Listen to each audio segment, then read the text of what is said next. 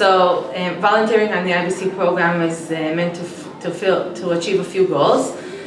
One of them obviously is to integrate into the Israeli society because the kids choose what type of volunteering they want to do. They have a lot of options, as you're seeing in this movie, and they actually use the public transportation and work with the staff that a lot of times are only Hebrew speakers and help them out on their job. On the other hand, we're preparing the kids to understand what the value of volunteering is, how they can actually give to the society that they live in, and hopefully also, as they go on in life, come up with new initiatives to help people in need.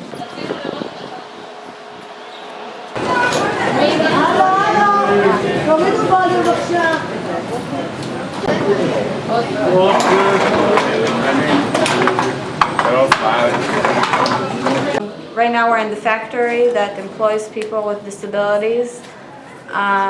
The organization also creates afternoon activities and housing for these people.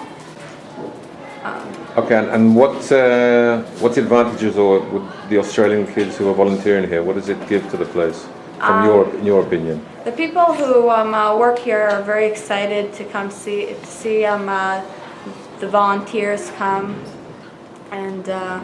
and work with them. They help with the work, and they speak to them and talk, and it's very nice.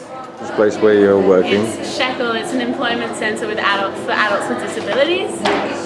And we work in Talpiot, and we come every day, 8:30 on the dot. We do the same thing every day with them, but as much as it's repetitive, it's really enjoyable because they get excited to see me every day and they remember me from the day before. Actually, I was in a high school teaching year 7s, 8s, 9s, and as you can imagine, teaching 30 Israelis in the classroom is not very easy. And I also wanted to do something more meaningful. This is a bit more of a challenge, and it's exciting. These people, and they need us here. Then Inez brought me here to Shekel. I don't know, you get here and the people are so excited to see you, and they end up becoming dependent on you. We missed one day because long story, and we came the next day, and they were so excited, and they ran up to us and gave us hugs, and they're like, where were you? And yeah, they rely on you to some extent. We're here at the Tovei Ir residential home for the elderly. They have 150 residents, and all of them are independent. And our volunteers come and help on a regular basis 4 times a week from about 10 to 2. And they sit together with the residents and speak to them, hear their story, help them with a computer or whatever else it could be. What made you choose to go, your volunteering work to come to the home here? I knew the people here would be very appreciative and they needed help. And I thought it would be a good experience to meet and talk to older people and see what they have to say. I chose to volunteer here because I like to speak to old people. They have a lot to say, interesting stories, and I think you can get a lot out of it. It's really nice just to be in their company, and they're very appreciative and thankful of every little thing you do for them, and it's rewarding. Well, I've always loved kids. Ever since I was little, my mum always says, kids love you, and they always run up to me, and I always form a connection with younger kids. So I thought it would be the best option because it's my strong point. But yeah, so. And how are you managing with the language? It's really difficult. The first day we came, we almost burst into tears because it was just so it was so hard. It was so confronting. The kids would talk to you, and you just we just had to stare at them. You couldn't answer what they were saying. But in time, we've gotten used to it. And, now we're finding other ways to communicate with them, and now they're teaching me. I ask them Mazeh, what's this, and I learn from them. What made you choose to go and work with kids? Oh, I love it. I did it back in Sydney and absolutely loved it, and I wanted to see how different it was here. Turns out it's not that different, but it's still amazing. Well, that language? The language barrier was difficult to begin with, but they teach me and I learn from Ulpan, and it's become a lot easier. Yeah. And they don't really mind if you make a mistake. If they say a long sentence, you just say Ken. So we're in Zichron Menachem at the moment. This is the day centre for children with cancer patients who either can't go to school during treatment too young to go to school, or their parents need somewhere that they can know that their children are going to be well looked after, well fed, treated according to their needs.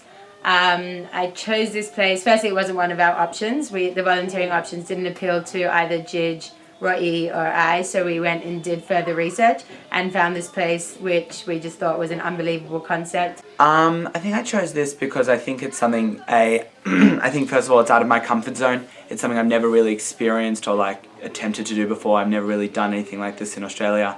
And just because like it's an eye-opening experience, it's made me see things that otherwise I wouldn't have seen, and it's made me appreciate stuff that otherwise I might not have appreciated so much, and it just makes you more aware of the world around you and like there's little things that impact your life. I've never dealt with such kids, and I wanted to work with something that I'll never have a chance to do maybe in the future. So this way I was able to push my boundaries, and I'm not the best with kids, so this was a double whammy. And I felt that it was just really special opportunity to do in Jerusalem, especially davening with the kids and just seeing how it is and making them smile.